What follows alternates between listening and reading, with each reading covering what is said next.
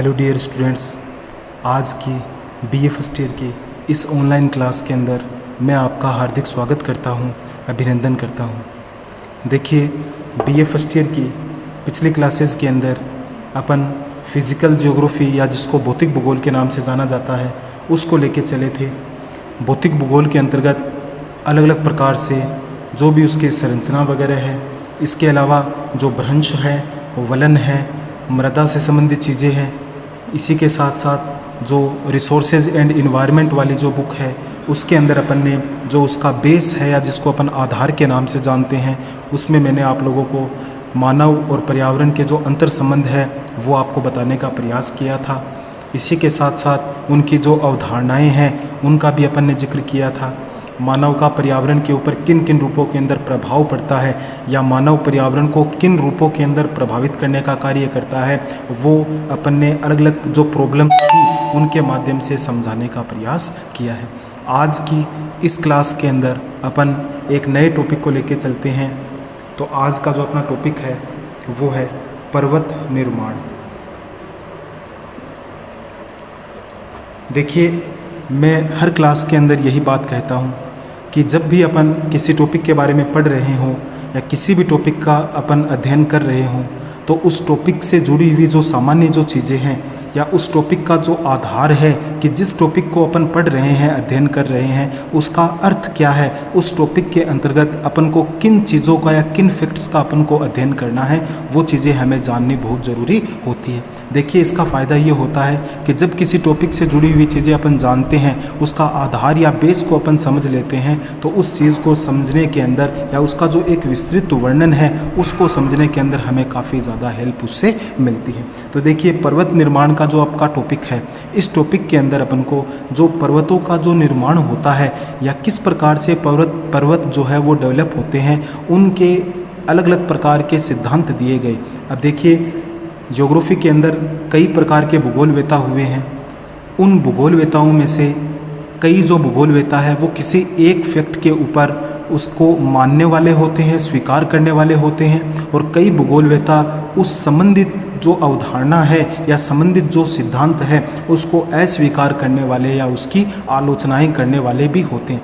देखिए, आलोचनाएं भी किसी भी सिद्धांत के लिए बहुत ज़रूरी होती है, क्योंकि जब उस सिद्धांत की आलोचना होती है तभी एक नए सिद्धांत का जन्म होता है, एक नया जो प्रिंसिपल है उसका निर्माण होता है, एक नई अवधारणा का जन्म होता है। अगर सारे भूगोलवेता एक ही सिद्धांत को अगर स्वीकार करने लग गए, अगर एक ही सिद्धांत को वो मानने लग गए, तो किसी भी प्रकार से किसी दूसरे सिद्धांत का निर्माण नहीं हो पाएगा। तो कहने का अर्थ ये हुआ कि आलोचनाएं भी किसी भी चीज़ के लिए, किसी भी सिद्धांत के लिए या अवधारणा के लिए आवश्यक होती है, जिससे नए सिद्धांत का जन्म हो सके, नए सिद्धांत का विकास हो सके। ठीक है, आज का जो अपना टॉपिक है पर्वत निर्माण के सिद्धांत। देखिए, पर्वतों का जो निर्माण होता है वो एक लंबी चलने वाली प्रक्रिया होती है, एक धीमी गति के साथ या मंद गति से चलने वाली एक प्रोसेस मानी जाती है। पर्वतों का जो निर्माण होता है वो आज जिन रूपों के अंदर अपन को पर्वत दिखाई दे रहे हैं, ये हमेशा उसी रूप के अंदर नहीं थे। इनका निर्माण धरातल से हुआ है। अलग अलग प्रकार के जो निक्षेप होते हैं, अलग अलग प्रकार के जो जमाव होते हैं, उनके द्वारा एक समय के आधार पर जैसे जैसे समय बीतता है वैसे वैसे एक जमाव जो अत्यधिक जो ऊंचा भाग है वो और अधिक ऊंचा होता होता आज हमें वो पर्वतों के रूप में दिखाई देता है। हम इस आधार पर यह कह सकते हैं कि पर्वत निर्माण की जो अवस्था है या पर्वत निर्माण की जो भी प्रोसेस है वो काफ़ी धीमी गति से संपादित होने वाली प्रोसेस मानी जाती है। अब अलग अलग जो विद्वान हैं, अलग अलग भूगोलवेता है, उन्होंने अपने अपने मतानुसार पर्वत निर्माण के अलग अलग प्रकार के सिद्धांत प्रतिपादित किए हैं। अपन को इस टॉपिक के अंतर्गत अलग अलग जो विद्वान हैं, जिनमें कोबर है, होम्स है, जोली है, उन सभी विद्वान या भूगोलवेता जो है उनके सिद्धांतों का इस टॉपिक के अंदर अपन को अध्ययन करना है। ठीक है, तो देखिए, स्टार्ट करते हैं अपने नए टॉपिक को, पर्वत निर्माण के सिद्धांत। अब पर्वत निर्माण के सिद्धांत को पढ़ने से पहले हमें भूसन्नति या जिसको जियोसाइंक्लाइंस के नाम से जाना जाता है उसको जानना होगा कि भूसन्नति क्या होती है, जियोसाइंक्लाइंस किसको कहा जाता है। ठीक है, तो देखिए, मैं यहाँ हेडिंग डालता हूँ अब भूसन्नति या जिसको जियो साइनक्लाइंस के नाम से जाना जाता है। देखिए, अगर अपन भूसन्नति के डेफिनेशन की अगर बात करें, अगर इसकी परिभाषा की बात करें, तो देखिए साधारण शब्दों के अंदर अपन यह कह सकते हैं कि जो भूसन्नतियाँ होती है वो लंबे, संकरे तथा उथले जलीय भाग होते हैं। भूसन्नतियों के अंदर देखिए पहली चीज़ क्या हुई, लंबे भाग होते हैं। दूसरी विशेषता की अगर मैं बात करूं तो संकरे भाग होते हैं, मतलब सीमित होते हैं, संकड़े होते हैं। तीसरी विशेषता की बात करूं तो उथले भाग होते हैं। उथले का अर्थ होता है कम गहरे।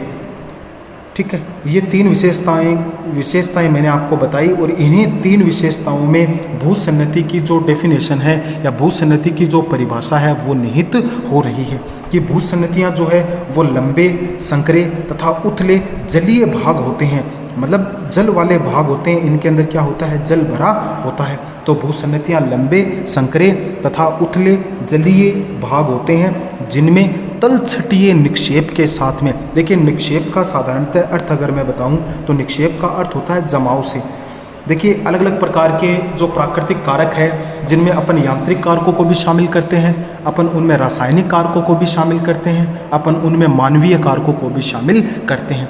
जब ये लंबे, संकरे तथा उथले जलीय भाग है, इनके अंदर क्या होता है कि जो तलछटीय जो निक्षेप होता है या उसके जो भाग होते हैं वो अलग अलग प्रकार के प्रभावों के कारण क्या होते हैं, छोटे छोटे टुकड़ों में विभाजित होकर उसका जो तल होता है उसके अंदर उसका निक्षेप होता रहता है, उसका जमाव होता रहता है, जिसके कारण से ये जो भूसन्नति की जो तली है उसका निरंतर धसाव होता रहता है। देखिए धसाव किस प्रकार से होगा कि जब जमाव होगा तो एक सीमा तक तो जमाव ठीक है, लेकिन उसके बाद में जब एक सीमा के जब वो चीज़ पार हो जाएगी या जब जमाव की जो एक अवधि है वो अधिक होती जाएगी तो भार क्या होगा, बढ़ने लगेगा। भार जब बढ़ने लग जाएगा तो तली का क्या होगा, धीरे धीरे नीचे की ओर धसाव शुरू हो जाएगा। ठीक है, ये भूसन्नति की एक नॉर्मल या साधारण डेफिनेशन की अपन ने बात की है। ठीक है, अब अपन बात करते हैं भूसन्नतियों की विशेषताओं की, कि भूसन्नतियों की कौन कौन सी विशेषताएं होती है, कौन कौन से गुण पाए जाते हैं। देखिए पहली अगर मैं विशेषता की बात करूं भूसन्नति की, तो देखिए भूसन्नति का जो रूप होता है या जो आकार होता है वो हमेशा एक जैसा नहीं रहता।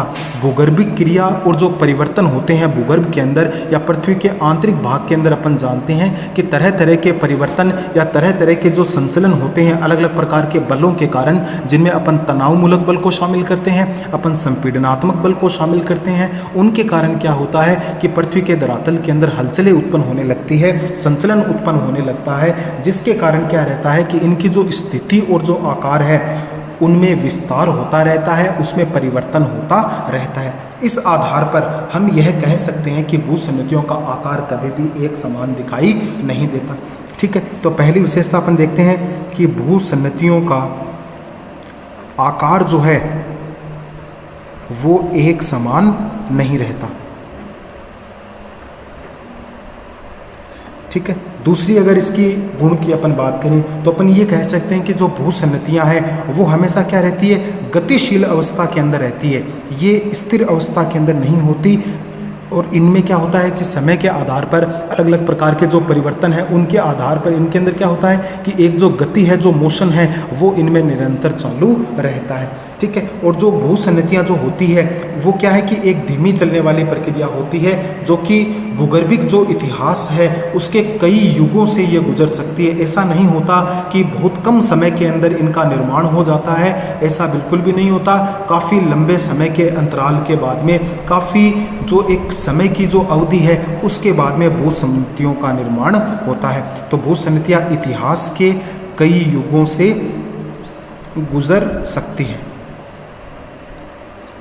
ठीक है, चौथी विशेषता की और महत्वपूर्ण विशेषता की अगर मैं बात करूं तो अपन ये कह सकते हैं कि भूसन्नतियाँ जो होती है वो दो जो दृढ़ भूखंड होते हैं। देखिए भूखंड का मतलब क्या होता है कि जो पृथ्वी का खंड है या पृथ्वी के जो टुकड़े होते हैं उनको अपन भूखंड के नाम से जानते हैं। और दृढ़ भूखंड का मतलब ये हो गया कि कोई जो ठोस भूखंड है। तो भूसन्नतियों का निर्माण कहाँ होता है, दो दृढ़ भूखंड, जिसे मैं एक डायग्राम्स के माध्यम से आपको समझाने का प्रयास करता हूँ कि इस प्रकार से देखिए दो दृढ़ भूखंड होते हैं और इनके बीच में क्या होता है, भूसन्नतियों का निर्माण होता है।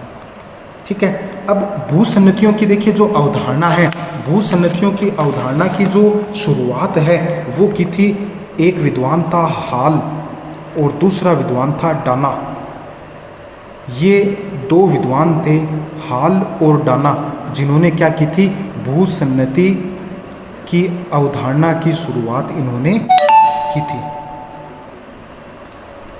ठीक है, इन्होंने क्या किया था, हॉल और डाना, इन दोनों विद्वानों ने भूसन्नति की जो एक अवधारणा है या इसका जो एक सामान्य परिचय है वो बताने का प्रयास किया था, परंतु भूसन्नतियों को एक सिद्धांत के रूप में या एक प्रिंसिपल के रूप में इनका जो प्रतिपादन है वो किया था होग ने। ये दोनों ही चीज़ें देखिए ध्यान देने योग्य बात है कि यहाँ मैंने 3 विद्वानों के नाम लिए हैं, हाल, डाना और होग।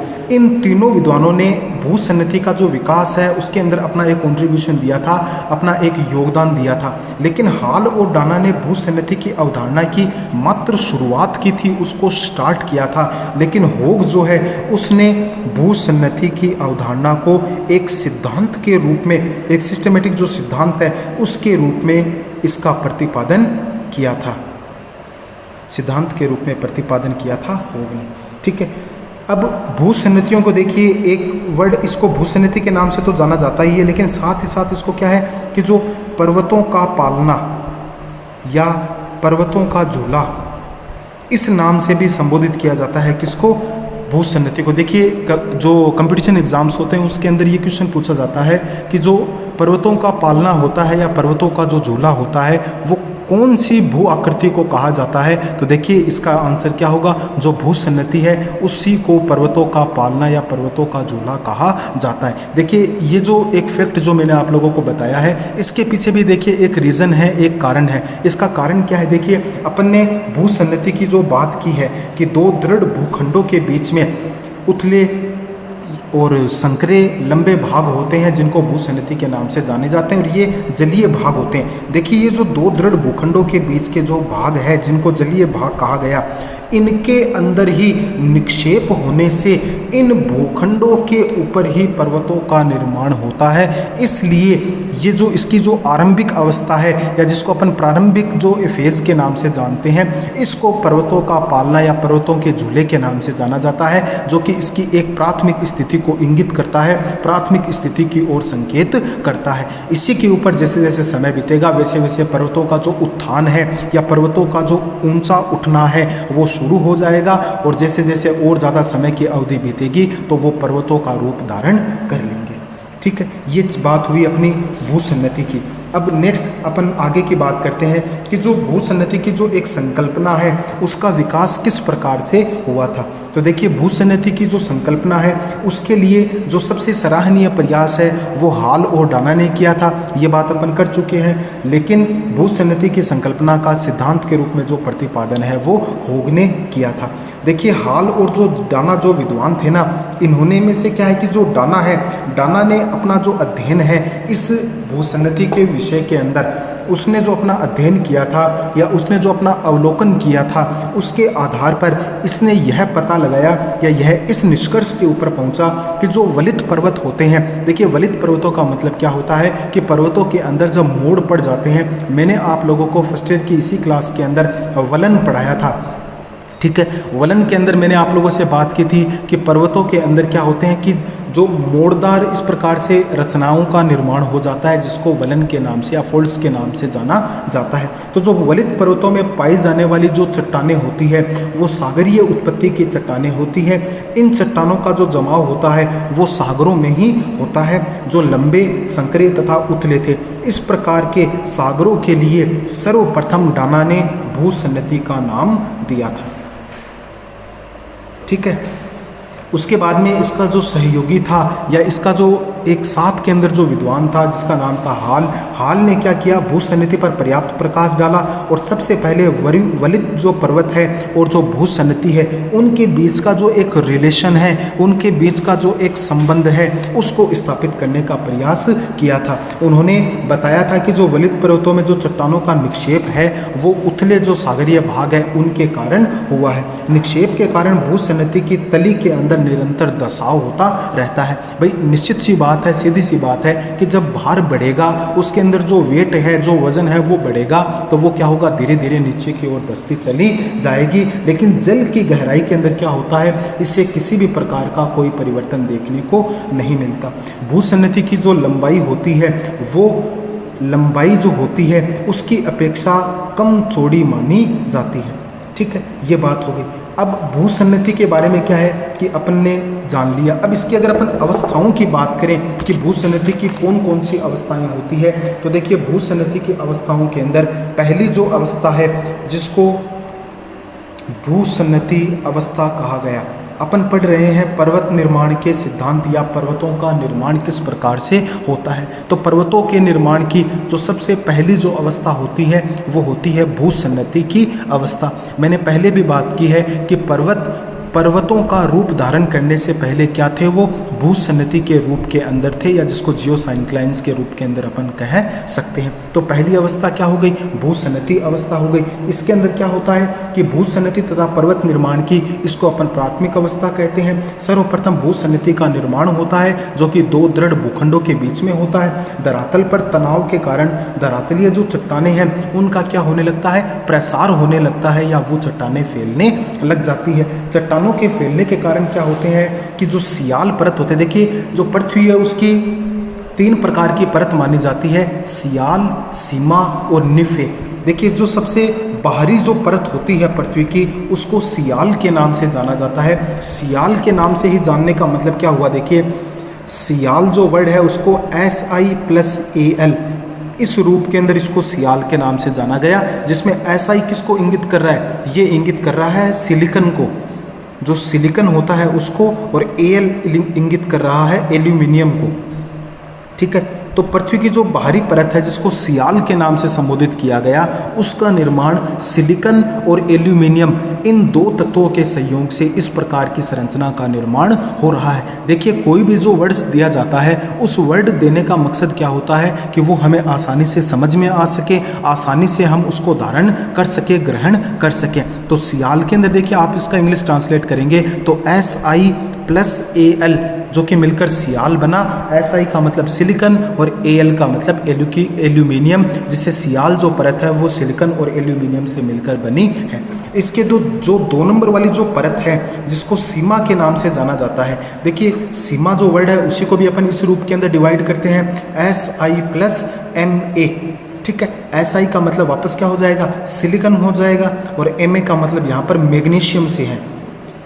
ठीक है, तो जो सीमा जो परत है उसका निर्माण किससे हुआ है, सिलिकन और मैग्नीशियम से मिलकर इस परत का निर्माण हुआ है, जो कि 2 नंबर की या मध्यवर्ती परत मानी जाती है। सबसे भीतर वाली जो परत है जिसका नाम है निफे, Ni+Fe। यहाँ Ni का मतलब है निकल और Fe का मतलब है फेरस, या जिसको लोहे के नाम से जाना जाता है। ठीक है, इस प्रकार से विद्वानों ने 3 अलग अलग प्रकार की परत बताई है, सियाल, सीमा और निफे।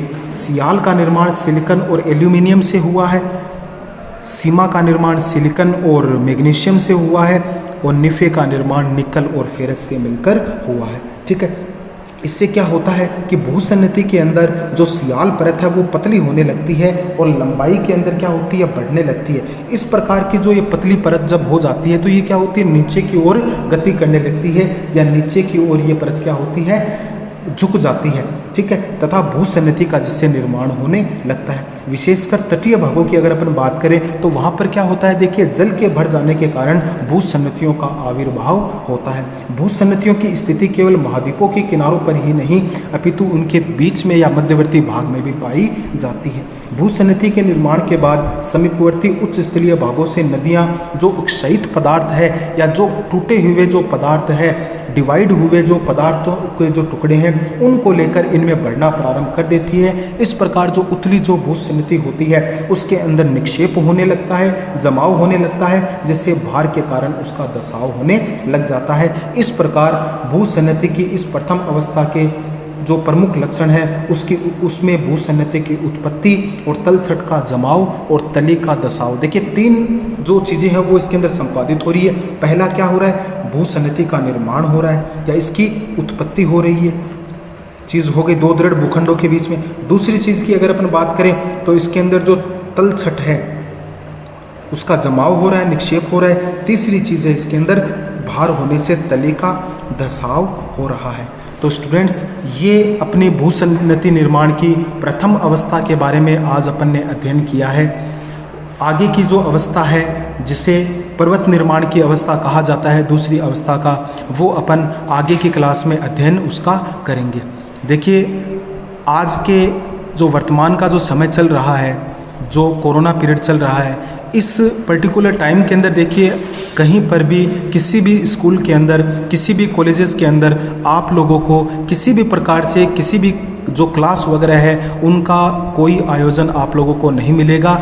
लेकिन हमारे यहाँ पर अपने कॉलेज के अंदर आप लोगों के फ़ायदे के लिए, आप लोगों के बेनिफिट के लिए अपन ने यहाँ पर ऑनलाइन क्लासेज संचालित की है। देखिए, हमारा ऑनलाइन क्लासेज स्टार्ट करने का या इनको आयोजित करने का जो उद्देश्य है वो इतना ही है कि आप लोगों को घर पे बैठकर वो सारा कुछ उपलब्ध हो पाए जो आप यहाँ कॉलेज के अंदर उपलब्ध कर पाते थे।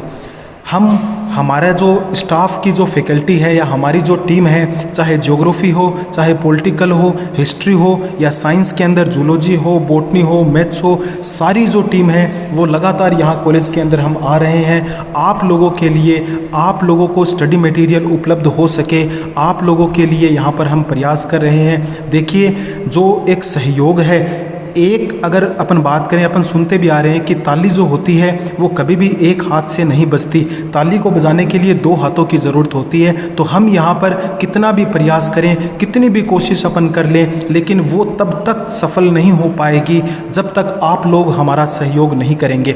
और हम आप लोगों से सिर्फ इसी सहयोग की अपेक्षा करते हैं कि आप लोग घर पे बैठकर भी हमारे द्वारा जो वीडियोज़ बनाए गए हैं उनको आप लोग देखिए और उनके द्वारा समझने का प्रयास कीजिए।